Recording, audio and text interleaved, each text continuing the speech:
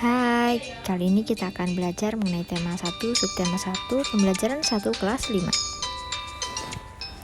Nah, organ gerak manusia dan hewan adalah materi kita hari ini. Ciri-ciri dari makhluk hidup adalah bergerak. Secara umum, gerak dapat diartikan berpindah tempat atau berubah posisi sebagian dari tubuh.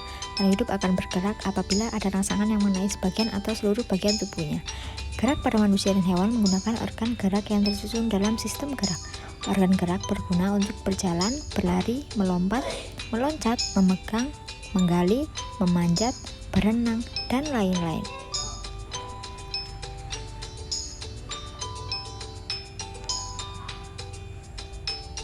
Nah, gerak pada manusia. Organ gerak pada hewan dan manusia memiliki kesamaan. Alat gerak yang digunakan pada manusia dan hewan ada dua macam, yaitu alat gerak pasif berupa tulang dan alat gerak aktif berupa otot. Kedua alat gerak ini akan bekerjasama dalam melakukan pergerakan. Kerjasama antara kedua alat gerak tersebut membentuk suatu sistem yang disebut dengan sistem gerak.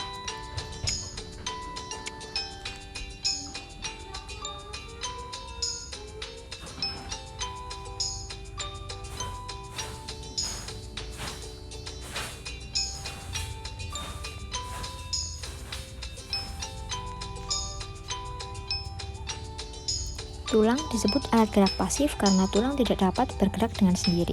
Tanpa adanya alat gerak aktif yang mempengaruhi tulang, maka tulang-tulang pada manusia dan hewan akan diam dan tidak dapat membentuk alat gerak pergerakan yang sesungguhnya. Walaupun merupakan alat gerak pasif, akan tetapi tulang mempunyai peranan yang sangat besar dalam sistem gerak manusia dan hewan.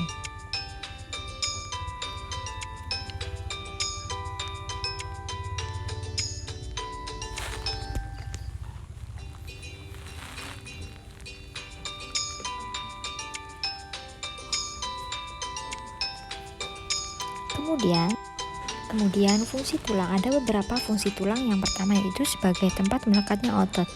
Yang kedua melindungi organ dalam manusia. Yang ketiga sebagai pembentuk rangka tubuh. Dan yang terakhir tempat pembentukan sel darah merah. Nah, fungsi otot yang pertama menggerakkan tulang, kedua mempertahankan posisi tubuh, ketiga mengatur saluran dalam sistem tubuh, dan yang terakhir mengatur suhu tubuh. Nah, hewan vertebrate atau bertulang belakang yang pertama yaitu kambing mamalia. Bergerak menggunakan 4 kakinya dan 2 kaki depan dan 2 kaki belakang. Kelinci, termasuk jenis mamalia, bergerak menggunakan 2 kaki depan yang pendek dan 2 kaki belakang yang panjang untuk mengangkat. Kemudian katak, bergerak dengan 2 kaki depan dan 2 kaki belakang yang lebih panjang. Sendi kaki memudahkan. Kemudian yang keempat ikan, bergerak menggunakan sirip dan ekornya. Kemudian yang kelima ular. Ular bergerak secara merata menggunakan tubuhnya yang lentur karena tersusun dari ruas-ruas tulang. Kemudian hewan avertebrata atau tidak punya tulang belakang yang pertama yaitu kupu-kupu. Kupu-kupu bergerak dengan sayapnya yang tipis namun menempel kuat. Kemudian selanjutnya ubur-ubur bergerak menggunakan tentakelnya yang berada di dekat mulut. Selanjutnya yaitu ada siput, bergerak dengan otot-otot tubuhnya yang lunak dan lendir yang memudahkan berjalan.